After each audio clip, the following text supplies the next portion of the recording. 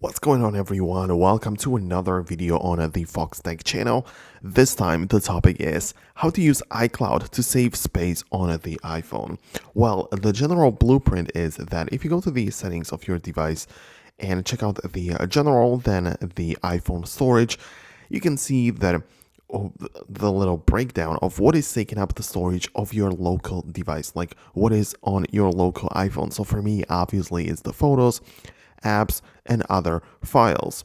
And in case you want to use iCloud to save the space on your iPhone, you essentially move some of these files on a cloud so you can remove them from here. Well, you cannot really upload apps to it. It doesn't really work that way. But what you can do is to sync photos, which is likely going to be the biggest issue for a lot of people. You can see that the photos are just like 40 gigs on my pretty small iPhone. So what I gotta do is to come back to the main settings, open up my name right here, then click on iCloud, and here I want to at first check out if I have enough storage. So you can notice that I have like 40 gigs of photos, which is not gonna fit on my 5 gigs iCloud, which is like half full anyway. So in this case, I'd likely gonna need to upgrade to more like advanced version. So perhaps for $1 or euro per month, I can get the 50 gigs or even more depending on what I need.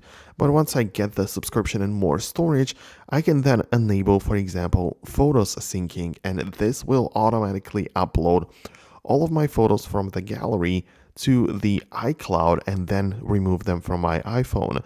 I don't have to do it manually. It just happens in the background whenever I have access to the internet, so it's very useful.